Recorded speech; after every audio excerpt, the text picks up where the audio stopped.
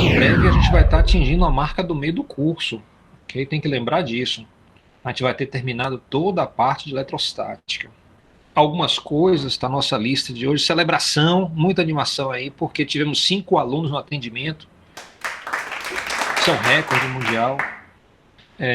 Tiramos algumas dúvidas, venha para o atendimento regularmente, traga exercícios para serem resolvidos, né?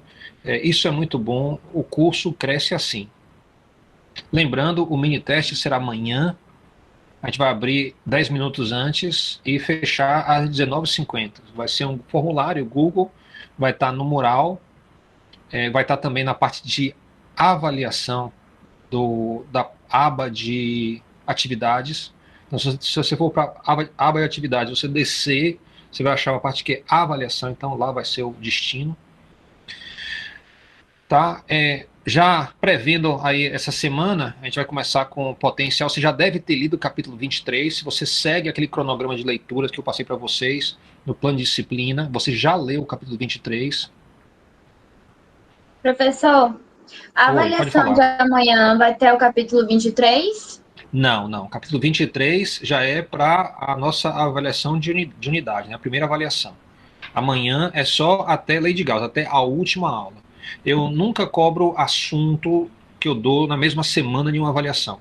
Então sempre vai ser, eu termino uma semana antes, para dar tempo de todo mundo estudar, ler o material, fazer exercício, que é o que importa. Tá?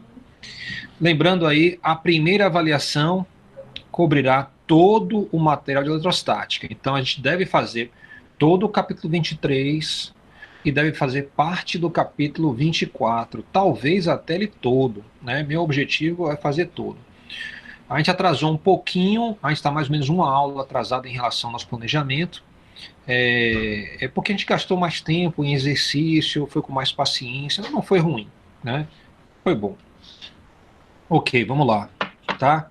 Aí a nossa aula de hoje tem duas partes. Na primeira parte, a gente visita lá Física Geral e Experimental 1.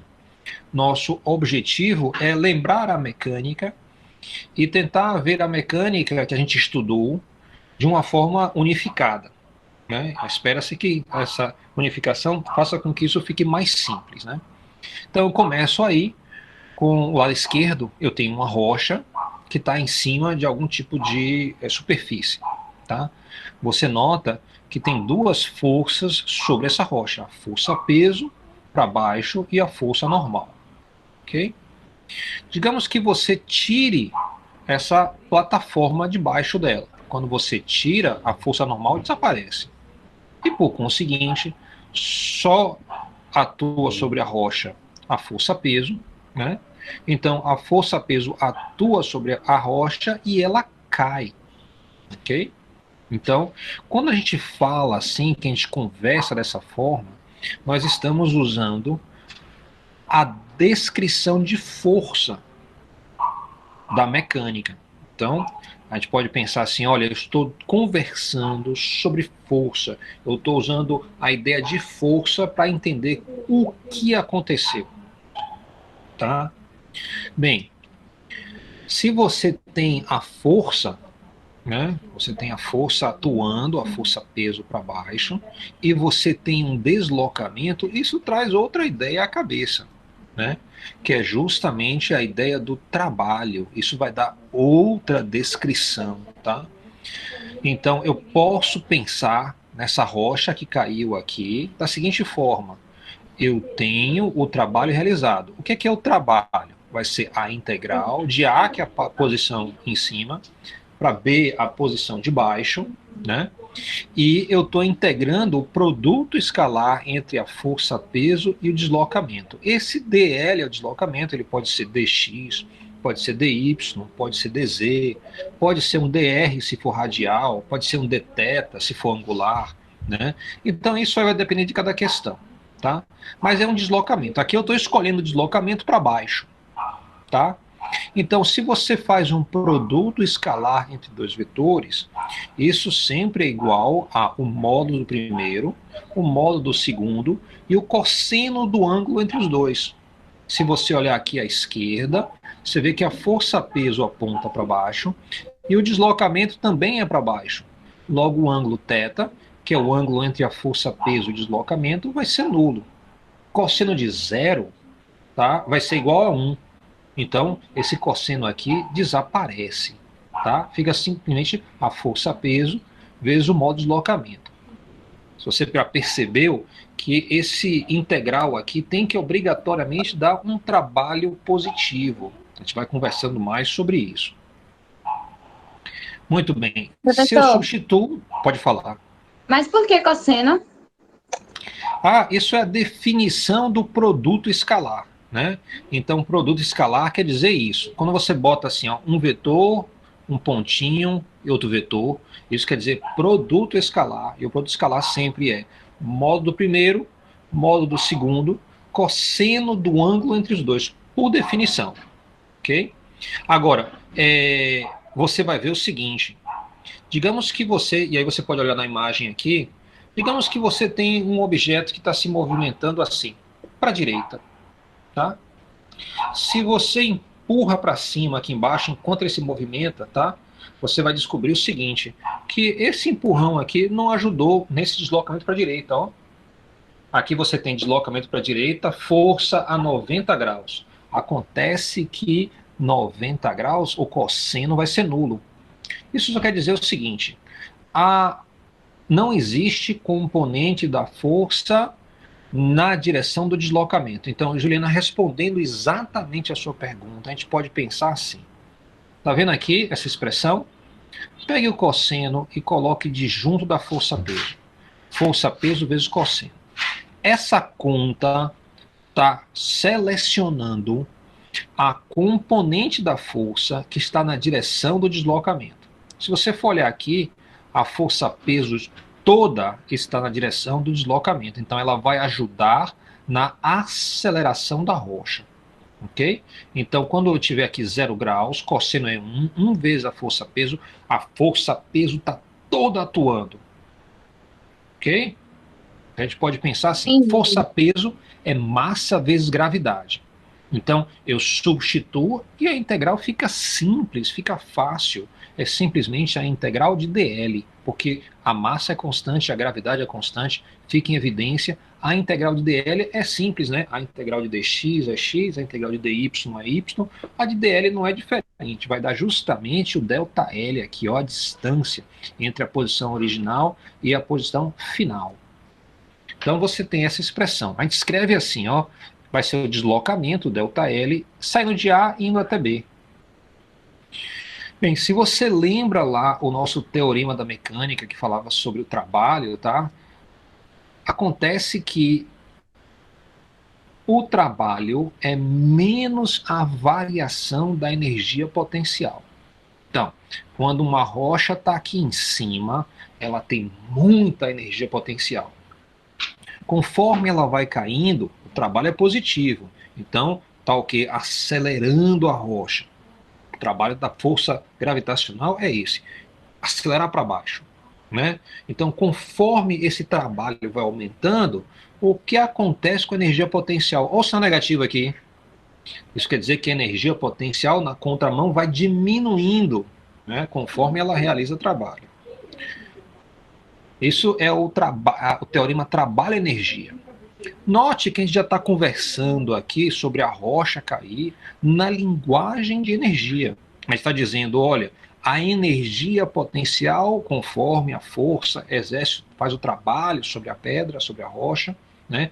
A energia potencial vai diminuindo. Então, já estou falando de energia. Eu estou agora, ó, na descrição da energia.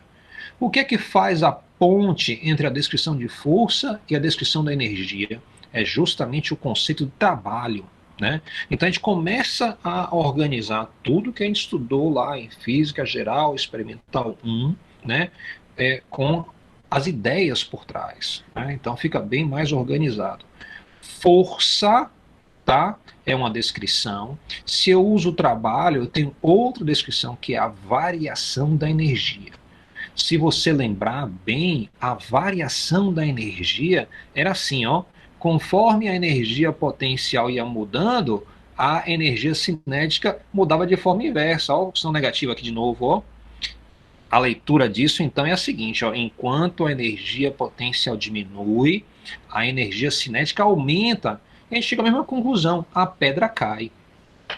Bem, se você pensar um pouco sobre isso que a gente falou até aqui agora, você vai dizer o seguinte, vem cá, física geral experimental 1, então ficou se repetindo, né?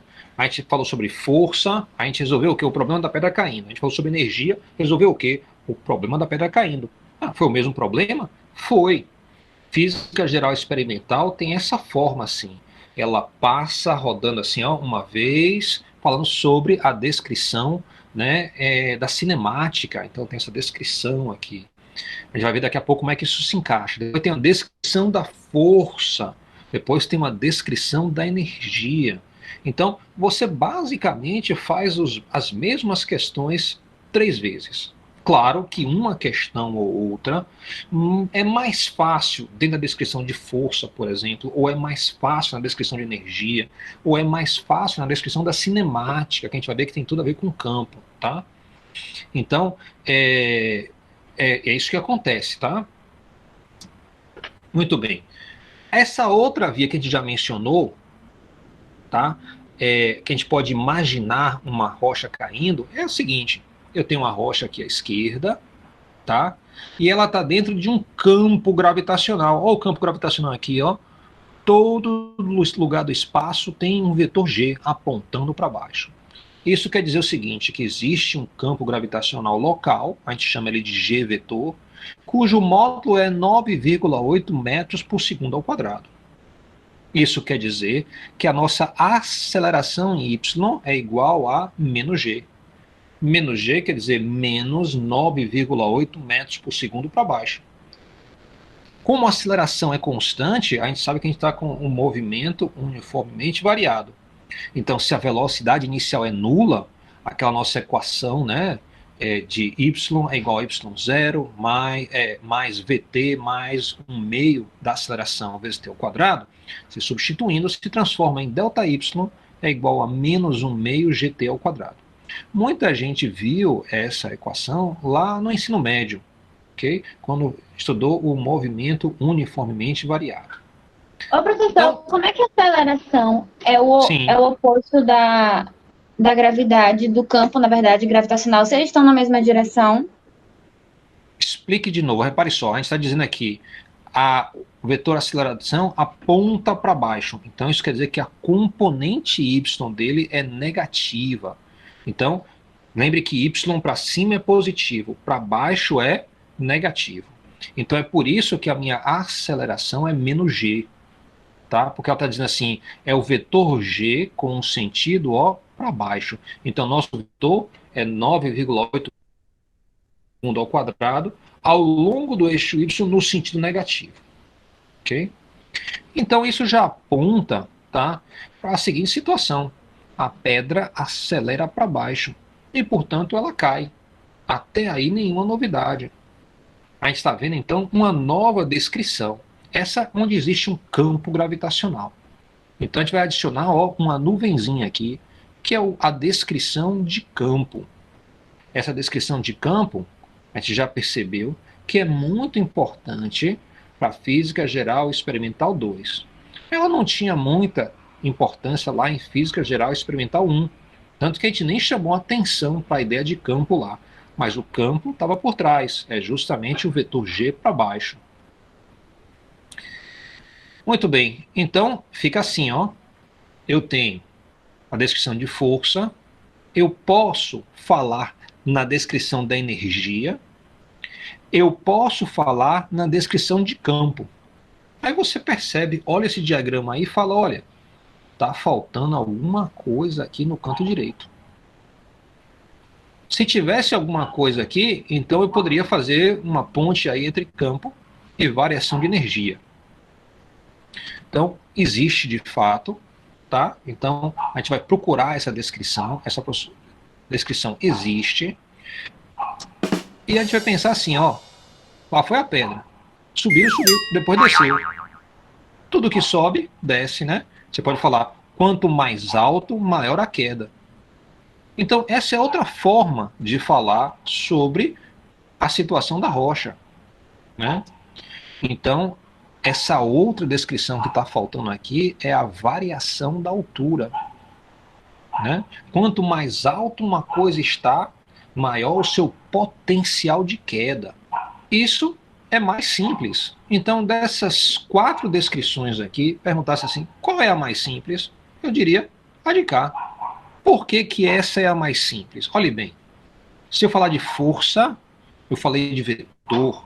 Se eu falar de campo, eu também falei de vetor. Então, claro que a direita é mais simples. A direita eu tenho energia, que é escalar, e a altura, que é escalar. Entre energia e altura, qual é aquele que você consegue visualizar com mais facilidade? Claro que é a altura. Então, essa aqui seria a descrição mais simples dessas 4. Se a gente começa a substituir as coisas, olha como é que fica. Lá de cima, em força, tá? Eu vou dizer que a massa dessa rocha é M0. É uma massa teste. Eu uso ela para testar o campo gravitacional.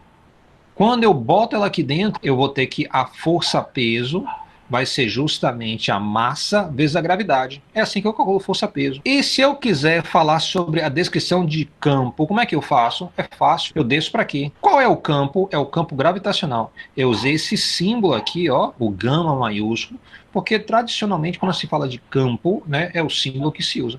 Não dê atenção para ele agora não. Ele só é uma coisa, né, para a gente ter como escrever, tá, a expressão. Mas pense no lado direito. Eu só tenho um vetor G. Isso é legal. Campo gravitacional para baixo. Como é que eu passei dessa descrição de força para a descrição de campo? Olha, é só dividir pela massa, tá vendo? Se você dividir pela massa, eu tenho M0G, divido por M, o M corta, fica só o G. Então é muito fácil passar da descrição de força para a descrição de campo. E aqui em cima, indo para a direita, como foi que eu fui aqui, ó, da descrição de força para a descrição de energia? Eu calculei o trabalho. Como é que calcula o trabalho? É a integral, né, de A até B, da força escalar pelo deslocamento. Não deixa esse escalar aqui atrapalhar o que está sendo feito. Como a gente mostrou, é o modo do primeiro, modo do segundo, cosseno do ângulo entre os dois. Então, se estiver na mesma direção, o cosseno dá 1, né, porque o ângulo é 0.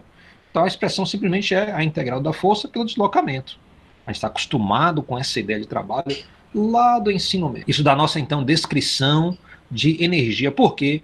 Porque o trabalho é igual a menos a variação da energia potencial. E como é que a gente chega na descrição de potencial de queda? Seria uma coisa desse tipo, ó. Daqui para cá, na parte de cima, eu integrei.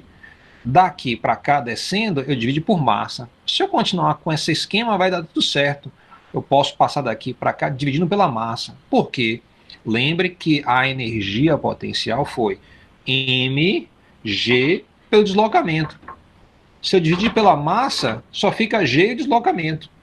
G é uma constante, então essencialmente isso me dá uma descrição baseada na altura.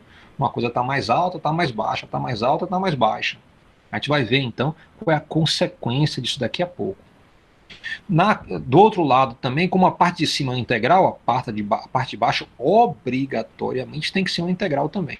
Então esse potencial de queda simplesmente é a integral de G pelo deslocamento. Ora, G é constante, a integral do dl é L, vai dar isso aqui.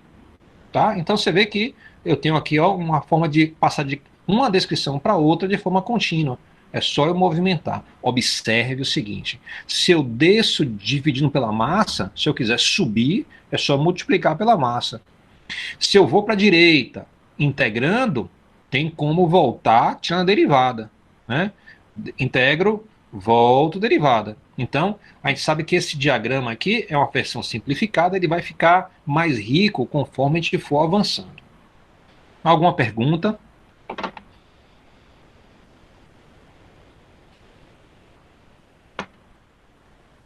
Ok, vamos tentar visualizar essas coisas, tá?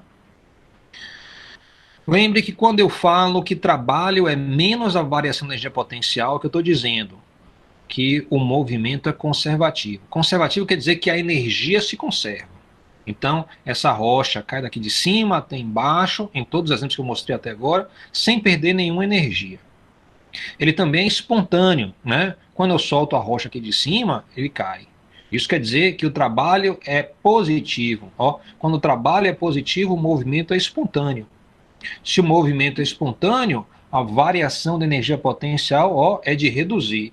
Então, um objeto sempre vai de energia potencial alta para energia potencial baixa. Ele faz isso espontaneamente. Qualquer coisa que está nas alturas tem um potencial de vir para o chão rapidinho, né? Espontaneamente. Essa energia potencial se converte em energia cinética, né, professor? Exatamente. É isso que quer dizer conservação. Enquanto ela não bate no chão, né, ela está conservando a energia. Na hora que ela bate, claro, ela vai dissipar a energia na pancada, tá? Mas a gente vai tratar justamente o movimento até logo antes da pancada. É o que a gente chama de queda livre.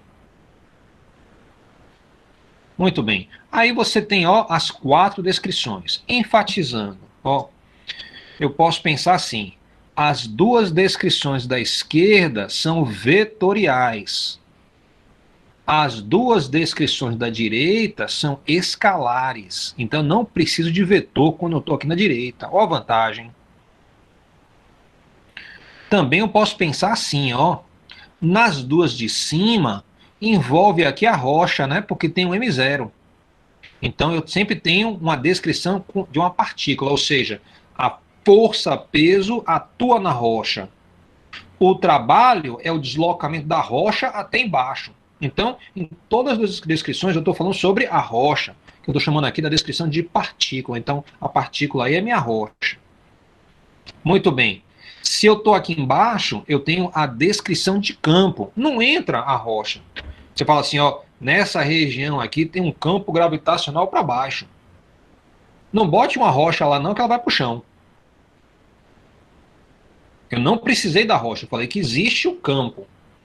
Nessa descrição aqui, eu vou dizer, olha, tá lá a região, tudo eu botei em cima, vai acabar embaixo. Eu não especifiquei, não preciso nem dizer que tem rocha. Ó, aqui é um lugar que botou a coisa em cima e vai pro chão. Tá? Então eu não especifico a rocha. Com exemplos, como é que fica? Fica assim, ó. Eu tenho a força-peso aqui à esquerda, o desenho, uma rocha, tem uma massa, a força-peso atua no centro da rocha para baixo. Ok? F é igual a M0 vezes G. Muito bem. Aqui embaixo eu tenho, como é que é o campo gravitacional? É só um bocado de vetor apontando para baixo. Então eu estou desenhando cada uma das situações. E a direita aqui, como é que funciona? Funciona assim, ó.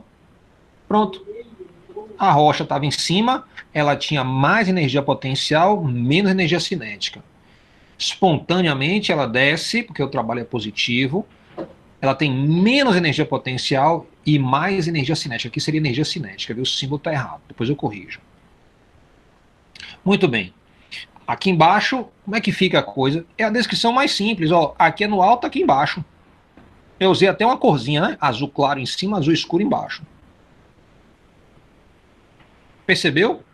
Ó, bem simples. Aqui é claro, aqui é escuro.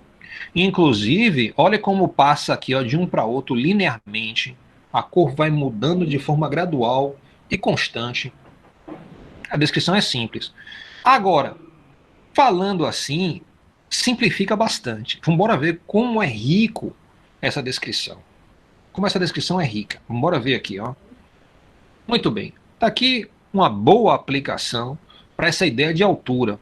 Tenho aqui um relevo, tá? Você vê aqui umas montanhas aqui atrás, um vale aqui no meio, né? Uma planíciezinha aqui, talvez bem verdinha, tá? Note que eu usei cores aí para dizer o que é mais alto, o que está no meio, o que está embaixo, né? Começa com vermelho em cima e roxo escuro lá embaixo. Note também o seguinte, ó, que eu projetei as cores aqui embaixo.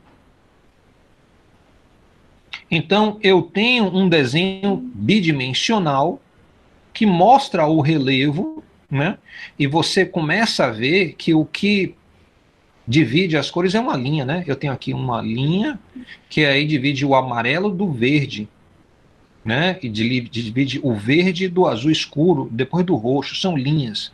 Essas linhas nós chamamos de curvas de nível.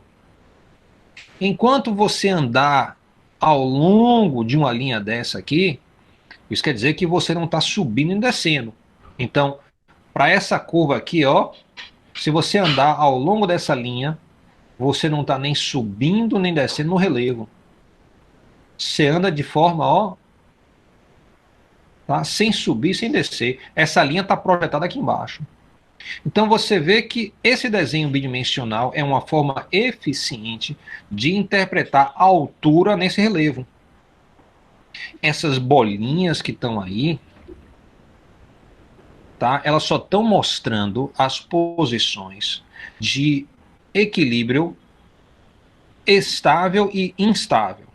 Equilíbrio estável é quando você tem um valezinho assim, tem uma bolinha aqui no meio. Isso quer dizer o seguinte, se eu botar uma bolinha bem aqui, ela fica. Ela não vai para lugar nenhum. Agora, se eu botar uma bolinha em uma posição de equilíbrio instável aqui em cima, por exemplo, ó, eu soltar ela, ela vai correr e vai acabar aqui embaixo na parte roxa, tá? Então essas bolinhas aí só estão mostrando os vários pontos de equilíbrio estável e instável dessa superfície. Essa superfície é uma topografia, mostra o relevo. Embaixo eu tenho justamente o mapa das curvas de nível. Dá para eu entender o relevo com muita facilidade. Alguma pergunta aí sobre esse desenho? Ok. Então, note à direita aqui, curvas de níveis. Então, é o que é importante. Tá? A curva de nível, você não tem variação da altura. É uma curva no qual você segue na superfície e a altura não aumenta nem diminui.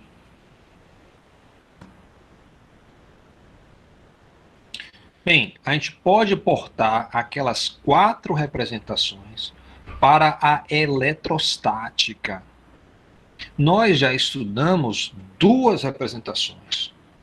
Uma é da força elétrica. E também já falamos sobre o campo elétrico. O que vem a partir desse ponto é explorar as descrições da direita. Ou seja, a gente vai sair de descrições que envolvem vetores para descrições que não envolvem vetores. Nós fizemos algumas contas de cálculo do campo elétrico, tá? E vocês perceberam que nós usamos vetores, não foi? Em todas as contas, você tinha DEY, DEX, as componentes do seu DE. Bem, a gente vai fazer contas parecidas do lado de cá, mas elas vão ser mais simples, porque não vai ter mais esse problema de você calcular a componente X e a componente Y. Você vai ter uma única conta. Então, vai ser mais simples. Bem, para a gente poder trabalhar com isso aqui, como é que a gente faz? A gente pensa assim, olha, bem, eu preciso de campo elétrico.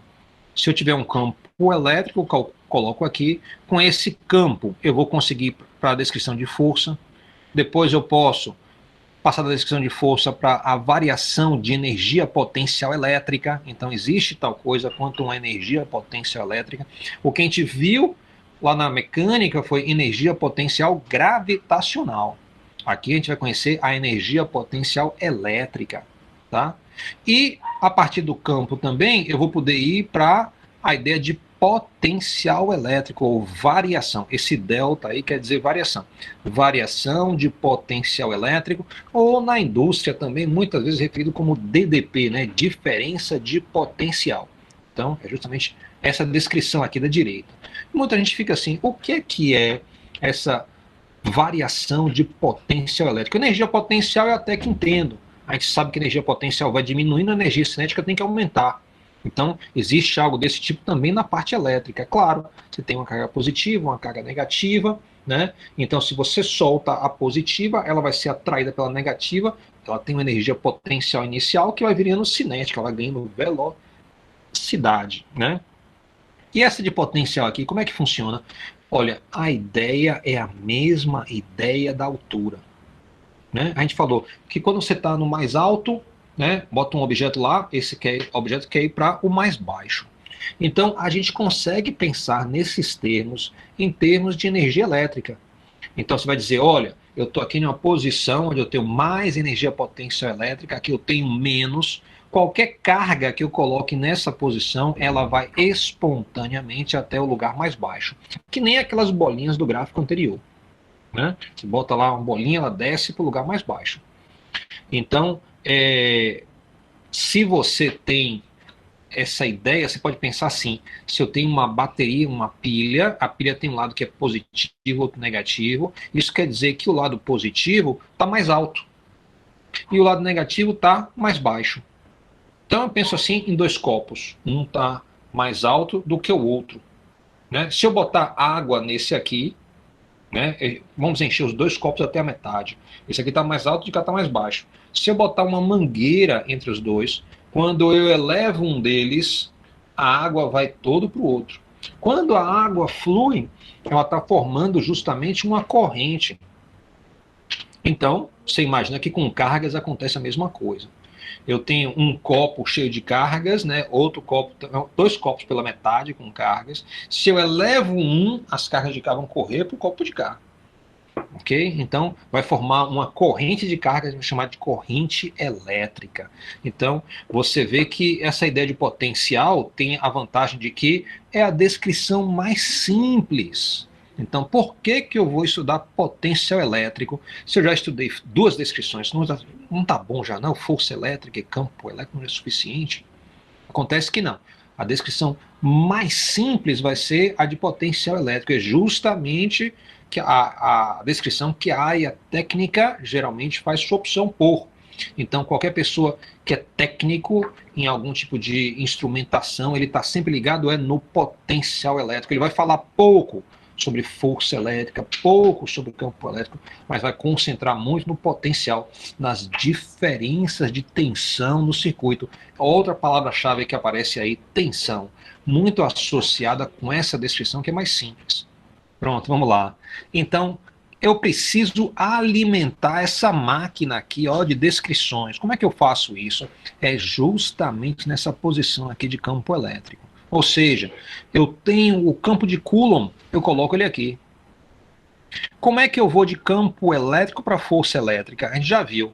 Você pega uma carga teste e coloca no campo de Coulomb. Então fica carga teste vezes campo elétrico. Que campo? Aqui, ó, Q sobre 4π epsilon 0r ao quadrado. Note aí que eu optei por escrever o campo de Coulomb sem usar o K, usando o epsilon 0. A gente vai fazer muito isso de agora em diante. Mas é só esse campo aqui? Esse campo aqui é o fundamental, né? Eu posso pegar esse campo, calcular a força, depois eu posso calcular o trabalho realizado. Depois eu posso pegar esse mesmo campo e calcular a variação de potencial elétrico. A gente viu no slide anterior que isso envolve, ó, aqui em cima um integral, aqui embaixo outra integral. O sobe e desce, em vez de ser através da massa teste, vai ser através do conceito da carga teste, tá? Então a gente vai adaptando as coisas para a eletricidade. Mas não é só esse campo, não. A gente pode usar, por exemplo, o campo de dipolo. A gente já estudou esse campo. Então posso pegar esse campo, colocar aqui e fazer as mesmas descrições, as mesmas 4 descrições. Ah, não é só esse campo que a gente pode usar, não. Tem outro campo, ó. Eu posso usar o campo de uma linha de cargas. O campo simplesmente de uma linha de carga é lambda, que é a densidade de carga, dividido por 2π epsilon 0r. Então eu posso usar isso para alimentar aqui, ó. Então como é que eu vou da descrição do campo de uma linha para a descrição de força? Eu simplesmente boto uma carga teste aqui no campo, ó. Multiplico o campo pela força, eu vou ter a força sobre a carga teste. E a energia potencial pega essa força e calcula, então, ó, o trabalho realizado em movimentar a carga de um ponto A até um ponto B. Aí você vai ter a variação da energia potencial. Eu posso também pegar o campo elétrico, tá? E fazer uma integral de uma posição A para uma posição B. E eu vou ter a variação do potencial elétrico. O que isso quer dizer? Quer dizer que mais perto do fio, o potencial é mais alto. Mais longe do fio, o potencial é mais baixo. Se eu botar uma carga teste perto do fio, ela vai e soltar ela vai embora. Carga teste é positiva, né? O fio também é positivo. Eu estou usando o azul aqui para positivo. Muito bem. Tá aqui, ó. Outro campo. Eu posso usar o campo do plano de cargas. Como é que esse plano é? Ele é assim, ó. É uniforme. Tem valor constante. Qual o valor dele? Sigma sobre 2 epsilon 0. E sigma quem é? É a carga sobre a área. Tá aqui, ó. Então, Eu posso fazer isso, ou posso usar também o campo elétrico uniforme. A gente viu esse campo também. Esse campo também tem valor constante. O que é que muda em relação ao anterior? Para o plano, divide por 2, para as placas paralelas, né, as armaduras paralelas, eu não divido por 2. É sigma sobre epsilon zero. Sigma quem é? A quantidade de carga que tem em uma das placas, dividido pela área dessa placa. Ó, cuidado para não pensar em somar a carga da positiva com a negativa. Se fizer isso, vai dar zero. Ok? É a carga de uma placa dividido pela área da placa. Acontece o seguinte. Geralmente, quando você vai carregar as placas, olha como é que você faz. Você tira 1 coulomb de carga aqui, ó, da direita. Não vamos exagerar, não. Vamos pegar uma coisa mais baixa. Você tira 1 nanocoulomb aqui, ó, e passa para o outro lado. Você tirou 1 nanocoulomb de cá e passou para cá. Essa placa da direita fica mais negativa. A placa da esquerda fica mais positiva. Ok? Então, são esses campos que nós vamos utilizar para alimentar, ó, essa máquina aqui, e vamos depois obter as descrições de força elétrica, variação de energia potencial e a variação de energia de potencial elétrica. A gente quer fazer todas as 4 descrições. A gente vai fazer em todos esses casos? Não, vamos limitar isso, tá? A gente vai começar na aula de hoje, meu interesse é usando o campo elétrico uniforme, porque é o mais simples. Nele, as contas quase não são necessárias, é muito simples. Por que é simples? Você vai pegar o campo, multiplicar por uma constante e vai para a força.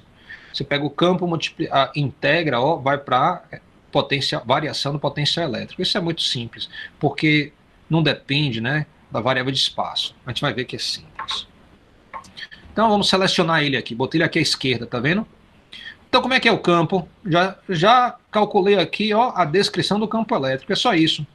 O modo do campo é igual a sigma sobre epsilon zero, apontando sempre da positiva para a negativa. Lembre que é um vetor, né? Eu coloquei só o módulo aí. Direção e sentido é para a direita. Ok? E se eu quiser passar aqui para essa descrição de força elétrica? É simples, eu tenho que botar uma carga teste aqui entre as placas. Então vamos fazer isso, ó. Coloquei a minha carga teste bem aqui. O que acontece quando eu faço isso? A gente sabe que a força é o valor da carga teste multiplicado pelo campo. Então veja assim, ó, eu passei de campo elétrico para força, subindo aqui, eu multipliquei pela carga teste. Se eu tiver a força e quiser o campo, é só eu dividir pela carga teste. Aí fica fácil de lembrar o que é necessário. Esse diagrama é muito bom, sabe por quê? Quando a gente completar ele, isso quer dizer que todas as questões, tá, de eletrostática vão estar aqui mapeadas. Todas as questões são assim: dá o campo, pergunta qual é a força. Dá a força, pergunta qual é o campo. Também tem questão que pergunta, ó, tá a força aqui, qual foi a variação da energia potencial? Como é que eu vou obter isso? Lembre que variação da energia potencial é quando, ó, quando a gente falou da rocha, a rocha sai daqui de cima, foi cá para baixo. Então tem uma partícula envolvida. Então aqui à esquerda, ó, atenção para a bolinha, ó o movimento dela. Eu vou calcular o trabalho, ó, simplesmente fazendo isso. Eu movimentei de uma posição A para uma posição B. Ela atravessou o espaço entre as placas, de uma para outra. Se eu fizer isso, eu tenho um deslocamento. Também tem uma força. A força está para a direita. Ora, o deslocamento também está. Essa expressão quer dizer módulo do primeiro, módulo do segundo, cosseno do ângulo entre os dois. Qual é o ângulo? Ora, a força para a direita, o deslocamento é para a direita, então é zero. Cosseno de zero, ó, é 1. Isso quer dizer, então, que meu integral vai ter que ser positivo, porque o primeiro vai ser módulo da força, módulo é positivo, módulo do deslocamento, o módulo também é positivo, tá? Então, o trabalho vai ser positivo. O que isso quer dizer? Que a carga se movimenta espontaneamente. Ó, ela é azulzinha, né? Vou dizer positivo, eu solto ela perto da placa azul, ela vai para a placa vermelha. Espontaneamente. Por quê? Porque o positivo repele o positivo e o negativo atrai o positivo. Ela se movimenta de um lado para o outro. Então você vê que rapidamente a gente já fez 3 descrições. Falta a 4ª descrição. Então eu vou completar aqui o diagrama. A gente quer justamente a variação de potencial de A para B. Como é que eu faço isso? Olha aqui em cima. Eu tenho trabalho é igual a força vezes deslocamento. Se eu substituir a força aqui dentro, posso botar a carga teste em evidência. Então vai ficar a integral de E vezes deslocamento. Acontece que isso é justamente o que a gente chama de diferença de potencial elétrico. Vai ser justamente essa parte da conta. Tá? Esse sinal aqui aparece, tá, por convenção. Depois eu vou explicar por quê. Então, outra forma de ver a diferença de potencial é se eu parto da variação de energia potencial, dessa descrição aqui. Como a gente falou, para sair da descrição de força para de campo ou voltar, eu divido ou multiplico pela carga teste. Do lado de cá, eu vou fazer a mesma coisa, só que eu vou usar um sinal menos. Esse sinal menos é conjugado com o de cá, ou seja, se esse aqui existe, o de cá também existe. Ok? Então, isso é por convenção. Daqui a pouco a gente explica por quê. Então, se eu pegar aqui a variação de energia potencial, tá? E eu divido por menos Q, eu vou ter a variação da energia potencial sobre Q0. Eu posso, então, pensar, a diferença de potencial vai ser justamente, tá? Joule sobre Coulomb. Tá? A unidade da tensão. Lembre que a gente falou que aqui, que essa descrição de DDP, diferença de potencial elétrico, que mais parece uma descrição de altura, tá? Vai ter a unidade de volt, a gente chama de tensão, tem a unidade de volt. O volt, por definição, tá? Você pode tirar daqui, que vai ser Newton por Coulomb vezes metro, ou a gente pode tirar daqui do lado direito, que é Joule sobre Coulomb. Isso quer dizer que quando você tem tensão, você já está dizendo assim, é possível guardar energia, porque joule é energia, para cada coulomb que eu coloco numa região. Então, isso já está começando agora a explicar aquela nossa ideia lá do início, que campo elétrico é uma coisa, porque consegue guardar energia. Então, tem esse aspecto. Mas melhor ainda, pode falar. O senhor pode só explicar de novo a parte que passa do campo elétrico por potencial elétrico? Sim, aqui em cima, tá? Essa parte de cima. Potencial elétrico. É a de baixo, na verdade, professor. Essa de cá. Passa de campo para diferença de potencial elétrico, não é isso? Sim. Tá indo de A até B. A gente falou que isso é definido como sendo a integral de A até B da força escalar o deslocamento, ok? Acontece que eu sei que força é simplesmente o valor da carga teste multiplicado pelo campo elétrico. O resto é igual. Como a gente sabe, uma carga teste, tá? O valor da carga em si é constante, não muda.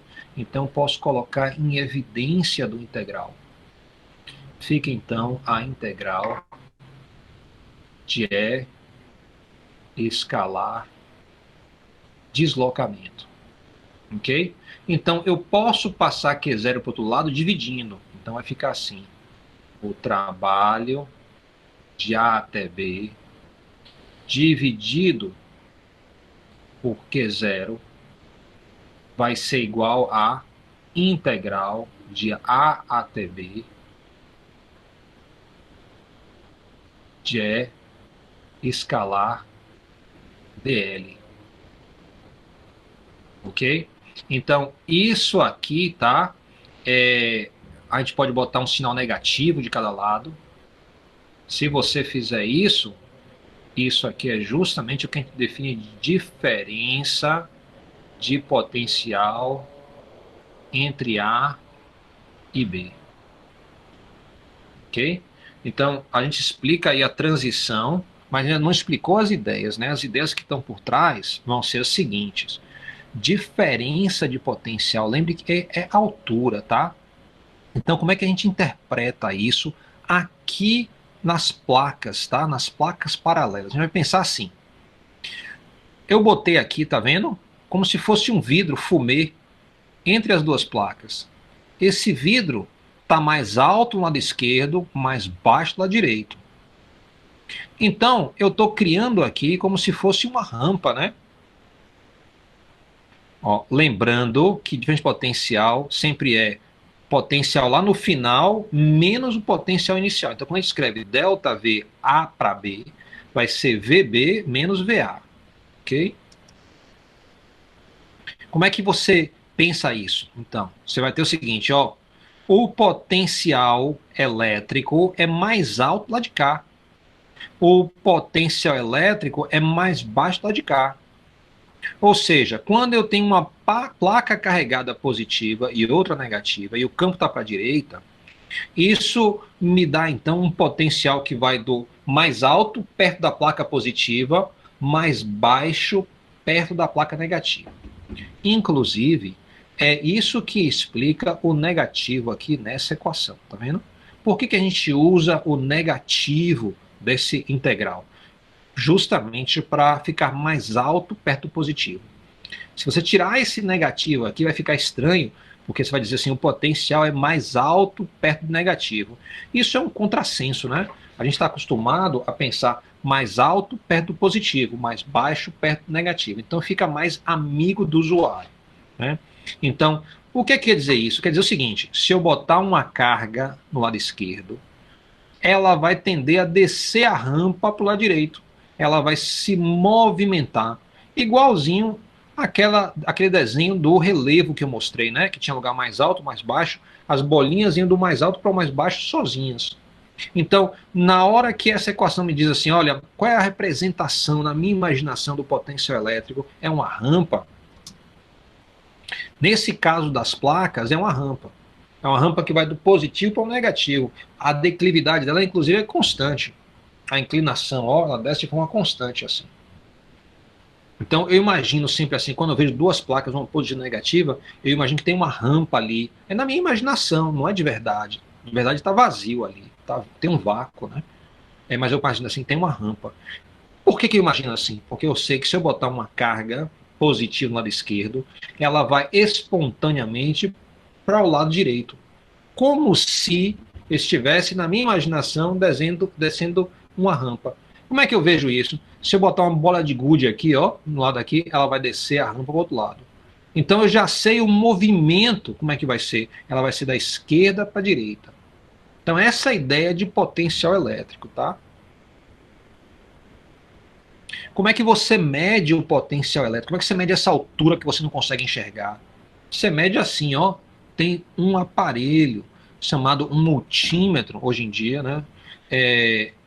E ele tem uma posição onde ele opera como se fosse um voltímetro, ele mede a tensão entre dois objetos. Então, você pega aqui, ó, as pontas de prova, tem uma ponta de prova aqui, outra aqui, e você bota a que está escuro justamente no potencial de referência, o mais baixo. E aí você usa o outro lado para obter o potencial do positivo. Pela minha escolha de cores aqui, acabou que ficou invertido aqui, né? O vermelho foi para o azul e o preto foi para o vermelho. Mas não se preocupe, quando você está em laboratório, você está usando esse equipamento, você sempre vai lembrar, o preto é o com. Então ele vai para o potencial, ele vai para o objeto que tem carga mais baixa. O outro lado vai justamente para o potencial que tem carga mais alta. Então se eu fizer isso, vai me dar a diferença de potencial elétrico. O que é isso? É simplesmente o seguinte, deu aqui 66,6 volts. Quer dizer o seguinte, que se eu soubesse o campo e eu fizesse o integral de A até B, de uma placa, da placa da direita até a placa da esquerda, dessa conta aqui, ó, a resposta ia dar 66,6.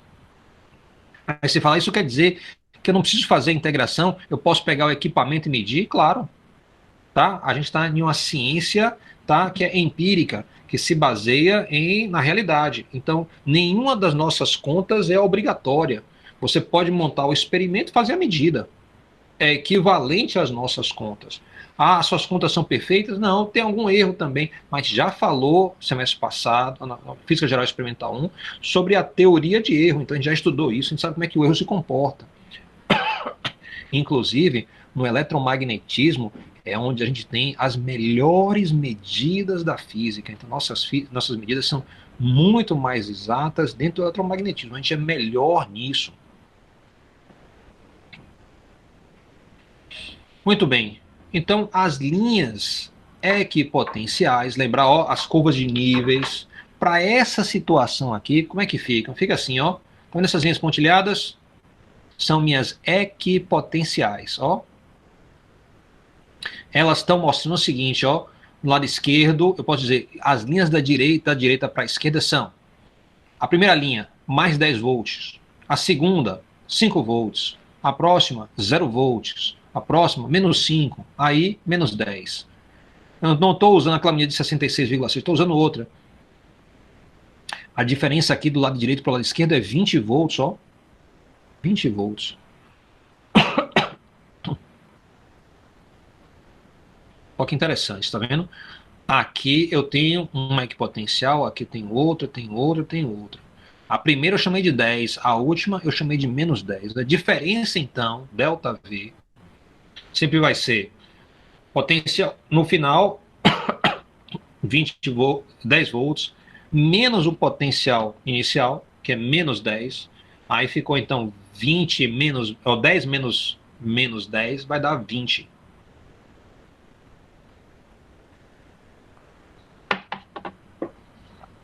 Ou podem ser, o da esquerda é 20 volts, a próxima é 15, a próxima é 10, a próxima é 5, a outra é 0. Também vai dar diferença potencial de 20 volts. Ou seja, o que a gente consegue calcular é a diferença de potencial. Mas o potencial de referência vai estabelecer os números em si. Quais são os números que eu leio? Então, se eu tomei como referência o 0, o que é referência? É o 0. Eu tomei o 0 na placa da direita. Então, se aqui é 0, a próxima é 5, a próxima é 10, a próxima é 15, a próxima é 20. Mas se eu tomar o 0 como sendo no centro, já falei, no centro do capacitor, eu tenho 0 volts, aí quer dizer que a primeira é menos 10, a próxima é menos 5, a próxima é 0, a próxima é mais 5, a próxima é 10. Então, potencial não é uma medida absoluta. Você mede uma diferença em relação a um referencial. A altura também é assim, tá? Então você pode dizer assim, eu quero a altura dessa pessoa.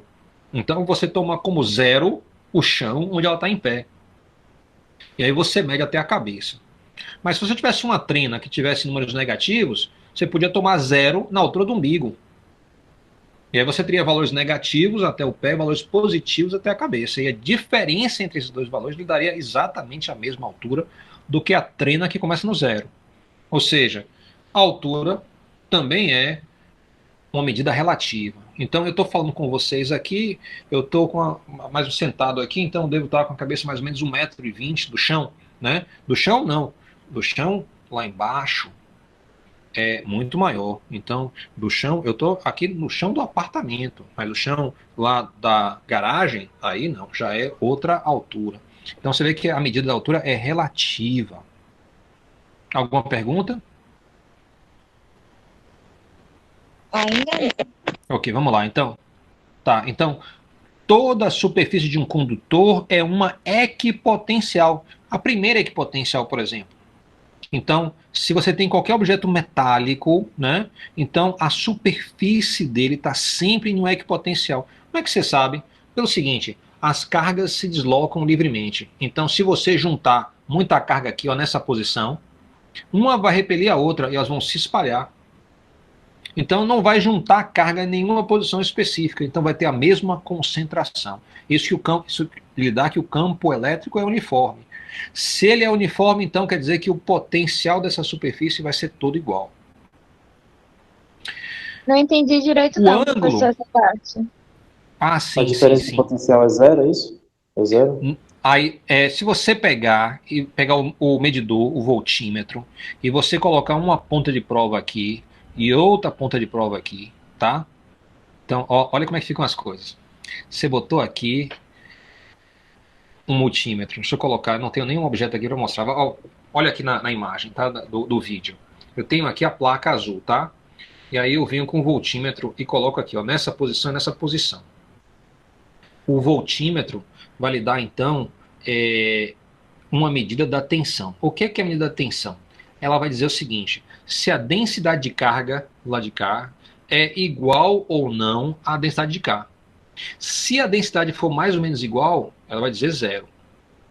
É justamente o que acontece com a placa. Se você tenta juntar cargas em uma placa metálica, elas não ficam, porque elas se espalham por todo o objeto. Lembre, essa é a condição da eletrostática que a gente falou em aula anterior. A gente disse, por exemplo, que se você bota a carga em uma esfera, tá? Ela vai para a superfície e se espalha uniformemente por toda a superfície, garantindo que o campo interno é nulo. Tá? Então, se você pegar e medir a diferença de tensão entre qualquer dois pontos da superfície da esfera, vai sempre dar zero. Se dá zero, quer dizer que a primeira equipotencial é a própria superfície da esfera. Outra coisa também, último item aqui, o ângulo entre uma linha equipotencial e uma linha de campo é de 90 graus.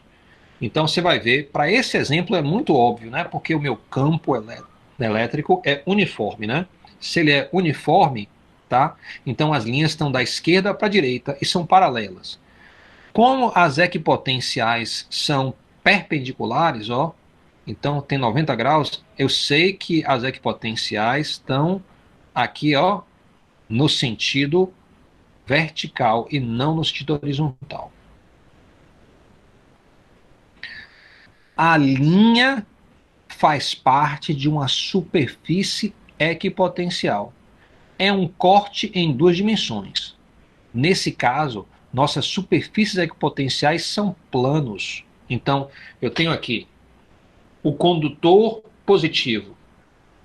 A primeira equipotencial é um plano na superfície. Se eu olho de lado, eu represento isso como uma linha, igualzinho à situação da curva de nível lá.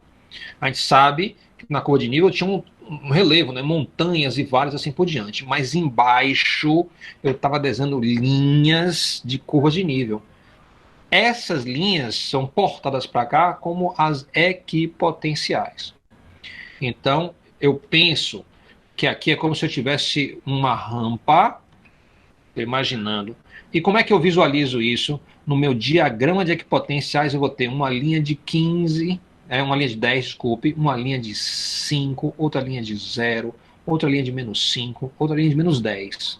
Então estou percebendo que começou mais positivo e foi ficando mais negativo.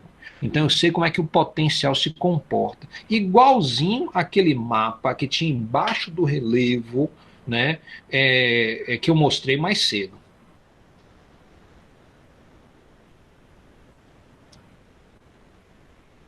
Bem, tá aí, coloquei uma foto aí pra gente olhar.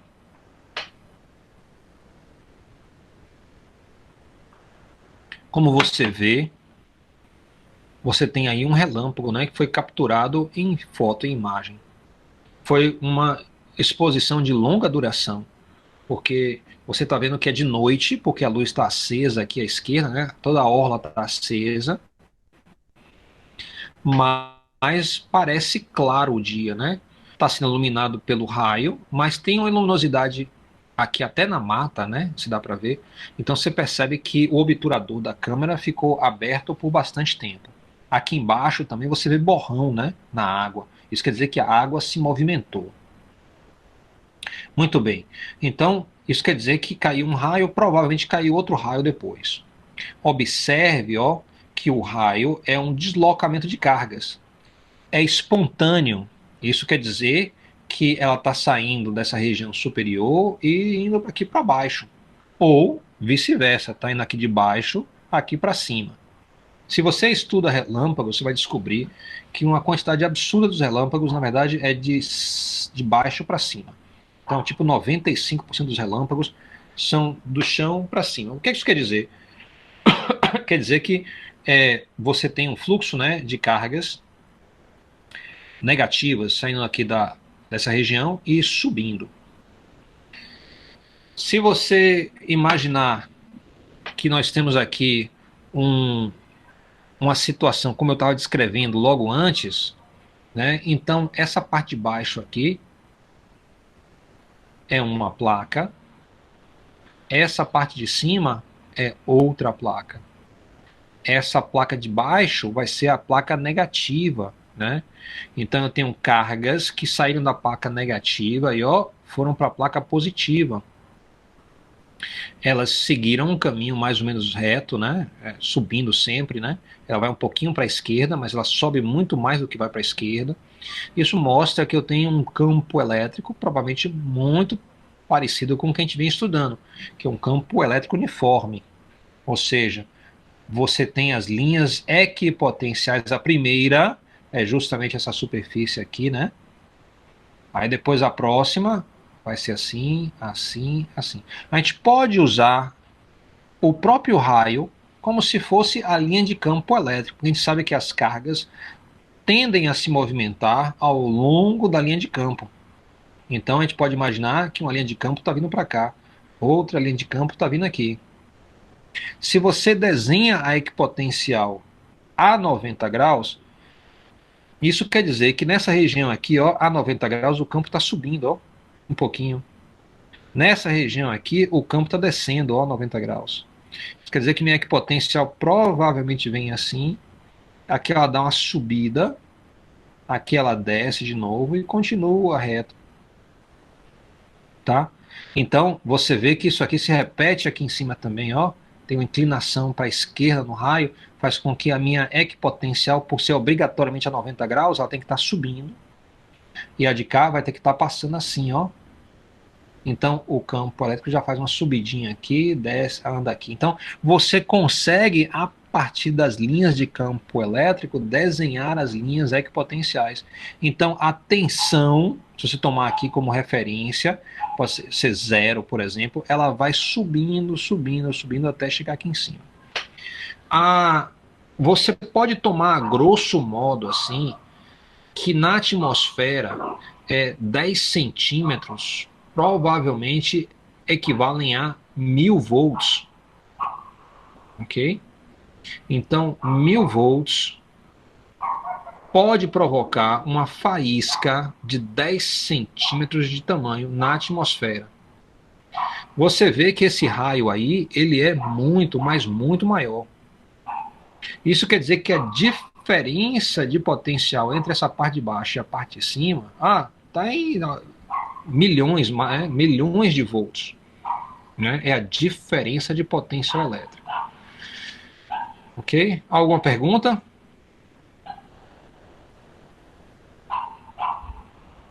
Não, professor, quem é? Ok. Então, a gente pode ter um exemplo aqui, Considere um par de placas condutoras paralelas com espaçamento de 2 centímetros, sendo que cada uma tem uma área de 0,25 metros quadrados. Uma carga de 18 nanocoulombs é transferida da placa da esquerda para a placa da direita. Nesse caso, determine os seguintes itens. Qual é o campo elétrico entre as placas? Então você vai fazer essa conta. Como é que você faz isso? A gente mostrou. Para placas paralelas, o campo elétrico é sigma sobre ε0. E quem é sigma? É a quantidade de carga dividida pela área. Que carga? Olha, eu não falei aqui, 18 nanocoulombs dividido pela área, 0,25 metros quadrados. Então você vai ter a quantidade de carga por metro quadrado. Isso você divide por ε0, que é 8,85 vezes 10 a menos 12, e você vai ter o campo entre as placas. Aí pede-se o seguinte: a força sobre uma carga teste, que é 0, igual a 1,5 nanocoulombs, e massa de 0,3 microgramas, que é colocada próxima à placa positiva, com velocidade inicial nula. Aí dá para calcular a força? Dá sim. Mas se calcula sempre a carga vezes o campo elétrico. Então eu calculo a carga vezes o campo elétrico, isso me dá a força elétrica. Sim, e a massa eu usei para quê? Para essa questão, para o item B não usou para nada. Não tem problema. Ele vai ser útil mais adiante. No item C, pede-se o seguinte: a velocidade da carga logo antes dela colidir com a placa negativa. Aí você tem a descrição da energia. Você sabe que o trabalho é igual a menos a variação da energia potencial, né? Então, a gente sabe que a variação da energia potencial é igual a menos a energia cinética. Ou seja, a gente sabe que o trabalho vai ser a variação da energia cinética. Como a carga saiu de velocidade nula, tá? E chegou a uma velocidade final, a gente sabe que a energia cinética inicial é nula. Então, eu posso calcular a energia cinética final. Para tirar a velocidade, é só eu lembrar a expressão para energia cinética. Energia cinética é um meio multiplicado pela massa vezes a velocidade ao quadrado. Então, repetindo, ó, a energia cinética é um meio multiplicado pela massa, nesse caso 0,3 microgramas, transformado em quilos, vezes a velocidade ao quadrado. E a energia cinética eu sei? Sei sim, é o trabalho realizado. Então dá para eu isolar a velocidade. Então eu respondi o item C. Falta agora o item D. A diferença de potencial elétrico entre as placas antes da inserção da carga teste. Então, qual era a tensão que existia ali? É muito fácil. A gente tem, né, que a diferença de potencial elétrico pode ser igual à variação da energia potencial dividido pelo valor da carga teste. Ou, por outro lado, o campo elétrico vezes a separação entre as placas. Note que essas questões A, B, C e D fazem com que você faça um passeio entre as 4 descrições. Então essa questão é muito importante, tá? Porque vai lhe abrir o olho sobre como é que você passa de uma descrição para outra e assim por diante. Aqui à direita, o item é: por que essa foto está aqui? Né? Então, essa questão não é sobre o relâmpago, né? Mas está aqui associado. Então, por que você acha que essa foto aqui está associada a essa questão? Vale a pena você pensar sobre isso. E F, por que a ponte é importante? Eu não sei se vocês repararam, mas bem aqui no horizonte tem uma ponte. Provavelmente muito parecida com nossa futura ponte Salvador-Itaparica. Nossa ponte, de acordo com o projeto, ela tem uma parte que é muito baixa, rente à superfície do mar. Depois tem um elevado para os cargueiros poderem passar por baixo, né? Depois ela desce novamente e continua abaixo. A depender do projeto, né, os projetistas vêm pressionando o governo para aceitar que parte dessa ponte vá por baixo da água, por dentro da rocha, né, para sair mais adiante e passar por cima da ponte. Se ficar assim, vai ficar muito bonito. Dizem as pessoas que querem construir essa ponte que seria mais barato que construir a ponte. Então, fazer um túnel por baixo da rocha seria mais barato. Então, nessa situação aqui dos disparos dos raios, por que a ponte é importante? Aí você vai ter que parar e pensar. E você vai ter que pensar também no que é que está acontecendo. Como é que o campo elétrico está distorcido naquela posição. O que te ajuda a fazer isso? Justamente o desenho das equipotenciais. A gente falou que as linhas de campo, quanto mais próximas, mais intenso é o campo elétrico. Olha aqui, ó. Onde é que elas estão mais próximas? As linhas de campo estão próximas aqui. Isso quer dizer que nesta região, em torno da ponte, o campo elétrico é mais intenso. Conforme você vai subindo, ele vai ficando mais fraco. Mas levemente mais fraco. Ou seja, essa ponte aqui está entrando para distorcer um pouquinho o que seria um campo elétrico praticamente uniforme. Então, fica a lição aí que quando você for fazer a travessia Salvador e Itaparica, na nossa ponte, daqui a exatos, provavelmente 5 anos, tá? Tomar cuidado na noite de tempestade para não ficar naquela parte do meio dando bobeira. Porque ali é um lugar que vai dar uma menor distância, né? Então, vai ser mais fácil o raio quebrar, né, a rigidez dielétrica do ar naquela região. Perguntas, dúvidas?